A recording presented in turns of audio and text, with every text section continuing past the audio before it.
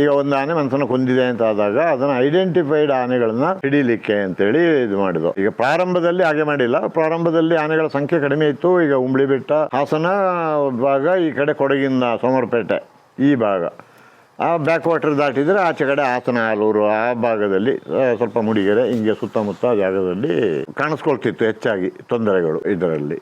So ಆಗ first 8 ಆನೆ ಇತ್ತು. 8 ಆನೆನ ಪೂರ್ತಿ ಹಿಡಿದು ಬಿಡುವ ಪ್ರಾಬ್ಲಮ್ ಸಾಲ್ವ್ ಆಗ್ತದೆ ಅಂತ ಹೇಳುವ ದೃಷ್ಟಿಯಿಂದ ಆ ಫಸ್ಟ್ 8 ಆನೆನ ಹಿಡೀಲಿಕ್ಕೆ ಮೊದಲು ಅರವಳಿಕೆ ಹಿಡಿದು ಫಸ್ಟ್ ಸ್ಟಾರ್ಟ್ ಮಾಡಿದ್ದು. ಅದು 1987ನೇ ಇಸವಿಯಲ್ಲಿ ಕಟ್ಟೆಪುರದ ಉಂಬ್ಳಿ ಬೆಟ್ಟ ಅಲ್ಲಿ ಅರಣ್ಯ ಪ್ರದೇಶದಲ್ಲಿ ಪ್ರಾರಂಭ ಮಾಡಿದ್ದು. ಅವತ್ತು ಆಗ ಅಲ್ಲಿದ್ದ ಎಲ್ಲ ಆನೆಗಳನ್ನ ಕಾಲ್ ಮಾಡಿ ಆಗ ನಾವೇನು ಮಾಡಿದ್ವು, ಫಸ್ಟ್ ಕಾಡಿಗೆ ಬಿಡೋದು ಅಂತ ತಗೊಂಡೋಗಿ ದೂರ ಇದಕ್ಕೆ ಬಿಡೋದು ಅಂತ. ಹಾಗೆ ಲಾರಿದ ಮುಖಾಂತರ ತಗೊಂಡೋಗಿ ಬಂಡೀಪುರ ಅರಣ್ಯ ಪ್ರದೇಶಕ್ಕೆ, MM ಹಿಲ್ಸು ಆ ಕಡೆ ಎಲ್ಲ ಬಿಟ್ಟು ಸ್ವಲ್ಪದೇ ದಿವಸಕ್ಕೆ, ಯಾಕೆ ಅಂತ ಹೇಳಿದ್ರೆ ಆ ಟೈಮ್ನಲ್ಲಿ ಅವಕ್ಕೆ ಆ ವಲಸೆ ಮಾರ್ಗ ಮತ್ತು ಟಸ್ಕರ್ಸ್ ಎಲ್ಲ ದಾಟಿ ಬ್ಯಾಕ್ ವಾಟರ್ನೆಲ್ಲ ಈಜಿಕೊಂಡು ದಾಟಿ ಹೋಗಿ ಅವಕ್ಕೆ ಗೊತ್ತಿತ್ತು. ನಾವೆಲ್ಲ ಟಸ್ಕರ್ಸನ್ನೇ ಹಿಡಿದದ್ದು. ಟಸ್ಕರ್ಸ್ ಎಲ್ಲ 10 ದಿವಸ 15 ದಿವಸ 8 ದಿವಸದಲ್ಲೇ ವಾಪಸ್ ಬಂದದಿದೆ, ಅದರ ಜಾಗಕ್ಕೆ ವಾಪಸ್ ಬಂತು. ಸೊ ಜನರು ಏನು ಹೇಳ್ಕೊಳ್ತಾರೆ, ಇವರು ತಗೊಂಡೋಗಿ ಇಲ್ಲೆಲ್ಲೋ, ಜನರಿಗೂ ಅಷ್ಟು ಆಗ ಇದು ತಿಳುವಳಿಕೆ ಅದು ಕಡಿಮೆ ಇತ್ತು, ಇದರಲ್ಲಿ ಮಾಧ್ಯಮಗಳದ್ದು ಇದು ಕಡಿಮೆ ಇತ್ತು. ಸೊ ಎಜುಕೇಷನ್ ಗೊತ್ತಾಗ್ತಿರಲಿಲ್ಲ. ಅವ್ರೇನು ತಿಳ್ಕೊಳ್ತಿದ್ದಾರೆ ಅಂತ ಹೇಳಿದ್ರೆ ತಗೊಂಡೋಗಿ ಇಲ್ಲೆಲ್ಲೋ ಪಕ್ಕದಲ್ಲೆಲ್ಲೋ ಬಿಟ್ಬಿಟ್ರು ಬಂತು ವಾಪಸ್ಸು ಅಂತ. ಬಟ್ ವಾಸ್ತವಿಕವಾಗಿ ಇದೆಲ್ಲ ಹಳೆ ಅದರದ್ದು ಮೈಗ್ರೇಟರಿ ರೂಟ್ ಅದಕ್ಕೆ ಗೊತ್ತಿದೆ, ಹೋಗಿ ಬಂದು ಅದಕ್ಕೆ ಮಾರ್ಗ ಎಲ್ಲ ಗೊತ್ತಿದೆ. ಅದರಿಂದಾಗಿ ಅವೆಲ್ಲ ವಾಪಸ್ ಬಂತು. ಪುನಃ ವಾಪಸ್ ಬಂದಾಗ ತದನಂತರ ಇಲ್ಲ ಇನ್ನೊಂದು 8 ತಿಂಗಳು 9 ತಿಂಗಳು ಕಳ್ಕೊಂಡು ಇನ್ನು ಪುನಃ ಪೂರ್ತಿ ಎಲ್ಲ ನಾವು ಕ್ಯಾಪ್ಚರ್ ಮಾಡುವ ಹೇಳ್ಕೊಂಡು ಇದು ಉಂಬ್ಳಿ ಬೆಟ್ಟ ಅಲ್ಲಿ ಕ್ಯಾಪ್ಚರ್ ಮಾಡಿ ಅಲ್ಲಿಂದ ಹಾಸನ ಆ ಕಡೆ ಸ್ವಲ್ಪ ತಪ್ಪಿಸಿ ಈ ಕಡೆಯಿಂದ ತಪ್ಪಿಸಿ ಆ ಕಡೆ ಹೋಯ್ತು. ಪುನಃ ಹಾಸನ ದೊಡ್ಡ ಬೆಟ್ಟ, ಆ ದೊಡ್ಡ ಬೆಟ್ಟದಲ್ಲಿ ಅಲ್ಲಿ ಇರೋದನ್ನೆಲ್ಲ ಕ್ಯಾಪ್ಚರ್ ಮಾಡಿ ಆಗ ಹಿಡಿದಂಥ ಆನೆಗಳೇ ಇದು ಬಲರಾಮ, ಅದರ ಜೊತೆಲೆ ಭರತ, ವಿಕ್ರಮ, ಹರ್ಷ, ಇನ್ನು ಸುಮಾರು ಆನೆಗಳು ಮಾರಾಟ ಆಯಿತು. ಸೊ ಆ ಆನೆಗಳೆಲ್ಲ ಆಗ ಹಿಡಿದು ಪಳಗಿಸಿ ನಾವು ಇಲಾಖೆಗೆ ತಗೊಂಡಂತ ಆನೆಗಳು. ಕ್ಯಾಪ್ಚರ್ ಅಂತ ಹೇಳೋದು ಮೊದಲು ನಿಮಗೆ ಗೊತ್ತಿದೆ, ಮೊದಲು ಬಂದಾಗ ಫಸ್ಟ್ ಕೆಡ್ಡ ಮೆಥಡ್ ಅಂತ ಇತ್ತು.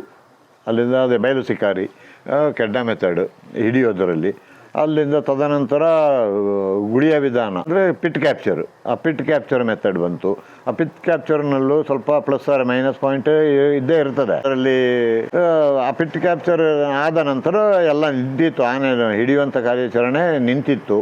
ತದನಂತರ ಯಾವಾಗ ಈ ಪ್ರಾಬ್ಲಮ್ ಸ್ಟಾರ್ಟ್ ಆಯಿತು ಆನೆಗಳದ್ದು, ಯಾವಾಗ ಈ ಮೈಗ್ರೇಟರಿ ರೂಟ್ ಹೇಳಿಕೊಡುವಂಥ ಅಜ್ಜಿಯರು ಮುತ್ತಜ್ಜಿಯರು ಎಲ್ಲ ತೀರಿಕೊಳ್ತು, ಈ ಸಣ್ಣ ಸಣ್ಣ ಪಡ್ಡೆಗಳು ಅವಕ್ಕೆ ಯಾವಾಗ ಈ ಜನ್ರೇಷನಿಗೆ ಅದನ್ನು ಪಾಸ್ ಆಗಲಿಲ್ಲ, ಆಗ ಇದು ಮೆಲ್ಲ ಮೆಲ್ಲ ಈ ಮಾನವ ಆನೆಗಳದ್ದು ಸಂಘರ್ಷ ಪ್ರಾರಂಭ ಆಗಲಿಕ್ಕೆ ಶುರುವಾಯಿತು. ಶುರುವಾದಲ್ಲಿಂದ ಇದನ್ನು ಹಿಡೀಲಿಕ್ಕೆ ಅಂತ ಆಗ ಇನ್ನು ಅರವಳಿಕೆ ಅಂತ ಹೇಳೋದು, ಟ್ರ್ಯಾಂಕ್ಯುಲೈಸೇಷನ್ ಅಂತ ಹೇಳ್ತೀವಿ. ಈ ಅರವಳಿಕೆ ಔಷಧಿಯ ಮುಖಾಂತರ ಸೆಲೆಕ್ಟೆಡ್ ಎಲಿಫೆಂಟ್ನ ನಾವು ಹಿಡೀಲಿಕ್ಕೆ ಅವಶ್ಯಕತೆ ಆಗ್ತದೆ. ಆಯಿತು, ಈಗ ಇಂಥದ್ದೇ ಮ್ಯಾನ್ ಕಿಲ್ಲರ್ ಅಂತ ಊರವರು ರೆಕಗ್ನೈಸ್ ಮಾಡಿ ಏನೋ ಒಂದು ಗುರುತು ಅದು ಇದು ಕೊಟ್ಟು ಹೀಗೆ ಇದೆ ಹಾಗೆ ಇದೆ ಅಂತೇಳಿ ಫೋಟೋ ಗಿಟ ತೋರಿಸಿ ಹೇಳ್ತಾರೆ. ಸೊ ಆಗ ನಾವು ಇಲ್ಲಿ ಹೋದಾಗ ಅಲ್ಲಿ ಎಷ್ಟು ಆನೆ ಇದ್ದರೂ ಸಮೇತ ಇದನ್ನ ಟ್ಯಾಲಿ ಮಾಡಿ ಇಂಥದ್ದೇ ಆನೆ ಇದೇ ಆನೆ ಅಂತ ಹೇಳ್ಕೊಂಡು ಐಡೆಂಟಿಫೈ ಮಾಡಿ ಹಿಡೀಲಿಕ್ಕೆ ಈ ಟ್ರ್ಯಾಂಕ್ಯುಲೈಸೇಷನ್ ಮೆಥಡ್ ಒಂದು ಅಡ್ವಾಂಟೇಜ್ ಆಯಿತು ಇದರಲ್ಲಿ. ಸೊ ಈ ಟ್ರ್ಯಾಂಕ್ಯುಲೈಸೇಷನ್ ಟೆಕ್ನಿಕ್ ಪ್ರಕಾರ ನಾವು ಎಲಿಫೆಂಟ್ನ ಹಿಡೀಲಿಕ್ಕೆ ಪ್ರಾರಂಭ ಆಯಿತು. ಇದರಲ್ಲಿಂದ ಇನ್ನು ಆನೆಗಳಿಂದ ಬಹು ಉಪಯೋಗ ಇದೆ. ಟಿಂಬರ್ ಮೊದಲೆಲ್ಲ ಹಳೆ ಕಾಲದಲ್ಲಿ ಟಿಂಬರ್ ಇತ್ತು, ಟಿಂಬರ್ ಕೆಲಸಗಳು ನಡೀತಿತ್ತು. ಆ ಟಿಂಬರ್ ಎಳಿಲಿಕ್ಕೆ ಮಾಡಲಿಕ್ಕೆ ಉಪಯೋಗಿಸಿದ್ರು. ಇನ್ನು ಕೆಲವು ಆನೆಗಳು ದೇವಸ್ಥಾನಗಳಿಗೆ, ಈಗ ಭರತ ಅಂತ ಹೇಳೋದು ನಾವು ಹಿಡಿದು ಪಳಗಿಸೋ ಒಂದು ಆನೆ ಧರ್ಮಸ್ಥಳಕ್ಕೆ ಹೋಗಿತ್ತು. ಮತ್ತು ಸುಬ್ರಹ್ಮಣ್ಯಕ್ಕೆ ಒಂದು ಹೆಣ್ಣಾನೆ ಸುಬ್ರಹ್ಮಣ್ಯ ದೇವಸ್ಥಾನಕ್ಕೆ ಹೋಗಿದೆ. ಒಂದು ಮರಿ ಇಲ್ಲಿ ಕ್ಯಾಂಪ್ನಲ್ಲಿ ಹುಟ್ಟಿದ ಮರಿಗಳಲ್ಲಿ ಇದರಲ್ಲಿ ಕೊಲ್ಲೂರು ಮೂಕಾಂಬಿಕಾ ದೇವಸ್ಥಾನಕ್ಕೆ ಹೋಗಿದೆ. ಹಾಗೆ ಇವನ್ ಡಲ್ಬಿನ್ ಝೂಗೆ ಫಾರಿನಿಗೂ ಇಲ್ಲಿಂದ ಆನೆ ಮರಿ, ನಮ್ಮಲ್ಲಿಂದ ಆನೆ ಮರಿ ಡಲ್ಬಿನ್ ಝೂಗೆ ಸಮೇತ ಹೋಗಿದೆ. ಸೊ ಇದು ಅಲ್ಲಿಂದ ಯಾವಾಗ ಈ ವೈಲ್ಡ್ ಲೈಫ್ ಪ್ರೊಟೆಕ್ಷನ್ ಆ್ಯಕ್ಟ್ ಅಂತೆಲ್ಲ ಬಂತು, ವೈಲ್ಡ್ ಲೈಫ್ ಪ್ರೊಟೆಕ್ಷನ್ ಆ್ಯಕ್ಟ್ ಎಲ್ಲ ಬಂದಾಗ ಈ ಆನೆ ಮಾರಾಟ ಅದು ಇದೆಲ್ಲ ನಿಂತೋಯ್ತು.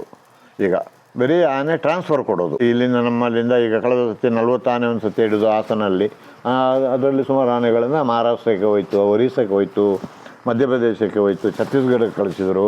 ಹಾಗೆ ಸುಮಾರು ಬೇರೆ ಬೇರೆ ರಾಜ್ಯಗಳಿಗೆ ವರ್ಗಾವಣೆ. ಮೊದಲು ಮಾರಾಟ ಅಂತಿತ್ತು, ಇದು ವರ್ಗಾವಣೆ ಅಂತೇಳಿ ಮಾಡಿದರು. ಅವ್ರದ್ದು ಕಮ್ಯುನಿಕೇಷನ್, ಈಗ ಆನೆಗಳು ಒಂದು ಆನೆಗೆ ಇನ್ನೊಂದು ಆನೆಗೆ ಕಮ್ಯುನಿಕೇಷನ್ ಹೇಗೆ ಮಾಡ್ಕೊಳ್ತೇವೆ ಅಂತ ಹೇಳಿದ್ರೆ, ಅವಕ್ಕೆ ಒಂದು ಸಬ್ಸಾನಿಕ್ ವೇಫ್, ನಮಗೆ ಒಂದು ಭಾಷೆ ಇದ್ದಂಗೆ ಅವಕ್ಕೂ ಅವ್ರದ್ದೇ ಆದಂಥ ಒಂದು ಭಾಷೆ ಇದೆ. ಆ ಭಾಷೆ ಅದಕ್ಕೆ ಸಬ್ಸಾನಿಕ್ ವೇ ಆಫ್ ಕಮ್ಯುನಿಕೇಷನ್.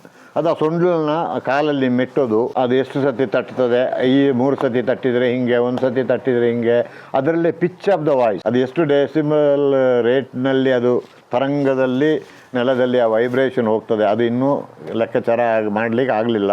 ಅಂಥ ಸಫಿಸ್ಟಿಕೇಟೆಡ್ ಇಕ್ವಿಪ್ಮೆಂಟ್ಸ್ ಬರಬೇಕು. ಅದು ಬಂದರೆ ಅದನ್ನು ಕಂಡುಹಿಡಿಬೋದು. ಮತ್ತು ಅದು ಸೊಂಡಿಲಲ್ಲಿ ಸೌಂಡ್ ಮಾಡ್ತದೆ ಒಂಥರ, ಇದರಲ್ಲಿ ಬೇರೆ ಬೇರೆ ಬಾಯಿಯಿಂದ ಸೊಂಡಿಲಿಂದ ಎಲ್ಲ ಟ್ರೇ ಅಂತ ಹೇಳೋದು, ಟ್ರೂ ಟ್ರೂ ಟ್ರೂ ಟ್ರೂ ಅಂತ ಹೇಳೋದು, ಹಾಗೆ ಅದರದ್ದು ತರಾವರಿ ಇದು ಇದೆ. ಮತ್ತು ಅವು ಖುಷಿ ಅಂದ ಸಂತೋಷಪಟ್ಟಾಗ ಕೆ ಅಂತೆಲ್ಲ ಇದು ಮಾಡೋದು. ಸೊ ಹಾಗೆ ಅವುಗಳ ಒಳಗಡೆ ಕಮ್ಯುನಿಕೇಷನಿಗೆ ಅದೊಂದು voice, different type of voice, different type of signals ಇದೆ. ಅದೆಲ್ಲ ಸಬ್ಸಾನಿಕ್ ವೇಯಲ್ಲಿ ಕಮ್ಯುನಿಕೇಟ್ ಆಗ್ತದೆ. ಮತ್ತು ಇನ್ನು ಸುಮಾರು 40-50 ಕಿಲೋಮೀಟ್ರ್ ದೂರಕ್ಕೆ ಎಲ್ಲ ಅವು ಈಗ ಸಮ್ಮರಲ್ಲೆಲ್ಲ ಸೊಂಡ್ಲೆತ್ತಿ ಇದು ತೆಗೆದು ಅವು ನೀರು ಎಲ್ಲಿದೆ ಅಂತ ಕಂಡುಹಿಡಿತದೆ. ಇದರಲ್ಲಿ ಇಂಥ ಡೈರೆಕ್ಷನಲ್ಲಿದೆ, ಇಂಥಲ್ಲಿ ನೀರಿದೆ ಅಂತ ಹೇಳೋದನ್ನೆಲ್ಲ ಕಂಡುಹಿಡಿತದೆ. ಅದೆಲ್ಲ ಇನ್ನೂ ವೈಜ್ಞಾನಿಕವಾಗಿ ಅಜ್ಞಾನ ಅಂತಂಥ ಇಕ್ವಿಪ್ಮೆಂಟ್ಸು ಎಲ್ಲಿ ತಂದು ಅದನ್ನ ವೈಜ್ಞಾನಿಕವಾಗಿ ಅಧ್ಯಯನ ಮಾಡಿದರೆ ಮಾತ್ರ ಗೊತ್ತಾಗೋದು ಯಾವ ತರಂಗ. ಈಗ ನಾವು ವೇವ್ ಲೆಂತ್ ಅಂತ ಹೇಳ್ತೀವಲ್ಲ, ಈಗ ನಮ್ಮ ಮೊಬೈಲ್ ಕೆಲಸ ಮಾಡ್ತದೆ. ಈಗ ಮೊಬೈಲ್ ಎಲ್ಲಿಂದನೂ 5G 4G ಅಂತ ಹೇಳ್ಕೊಂಡು ಅಂತ ಇದೇ ಟೈಪ್ನಲ್ಲಿ ಅವುಗಳದ್ದು 5G 4G ಇದೆ. ಬಟ್ ಅದು ಯಾವ ವೇವ್ ಲೆಂತಲ್ಲಿ ಹೋಗ್ತಾ ಇದೆ, ಯಾವ ಇದರಲ್ಲಿ ಹೋಗ್ತಾ ಇದೆ ಅಂತ ಹೇಳೋದನ್ನು ಪಕ್ಕ ಒಂದು ಸ್ಟಡಿ ಅದರಲ್ಲಿ ಇನ್ನೂ ಅಧ್ಯಯನ ಮಾಡಲಿಲ್ಲ. ಅದೊಂದು ಅಧ್ಯಯನ ಆದರೆ ಕಮ್ಯುನಿಕೇಷನ್ನದ್ದು ಬಗ್ಗೆ ಅದರಲ್ಲಿ ನಮಗೆ ಗೊತ್ತಾಗ್ತದೆ. ಸೊ ಇನ್ನು ಇದೆ ಮಾನವ ಆನೆ ಸಂಘರ್ಷಕ್ಕೆ ಕಾರಣ ಇಷ್ಟೇ. ಈಗ ಮನುಷ್ಯನಿಗೆ ನಮ್ಮ ಜಮೀನು ರಕ್ಷಣೆ ಮಾಡಬೇಕು, ಆನೆಗೆ ಅದರ ಹೊಟ್ಟೆಗೆ ಮೇವು ಬೇಕು. ಈಗ ಆನೆಗೆ ಬಂದು ಈಗ ನನಗೆ ಇಲ್ಲಿ ಲಾಸ್ ಮಾಡ್ತದೆ ಅಂತ ಹೇಳುವಾಗ ನಮಗೆ ತಾಳ್ಮೆ ಬೇಕು, ನಮಗೆ ತಾಳ್ಮೆ ಇಲ್ಲ. ಅದಕ್ಕೆ ಹೊಟ್ಟೆಗೆ ಮೇವು ಬೇಕು, ಅದು ತಿನ್ನಲೇಬೇಕು. ಸೊ ಇದೆಲ್ಲ ಈಗ ಯಾರನ್ನ ಇದು ಮಾಡಬೇಕು ಅಂತ ಹೇಳುವಂಥದ್ದು ಒಂದು ಇದು ಬಂದಾಗ ಈ ಸಂಘರ್ಷ ಹೆಚ್ಚಾಗಲಿಕ್ಕೆ ಪ್ರಾರಂಭ ಆಯಿತು. ಅದು ಸಂಘರ್ಷ ಮುಂದುವರಿತಾ ಬಂದಿದೆ.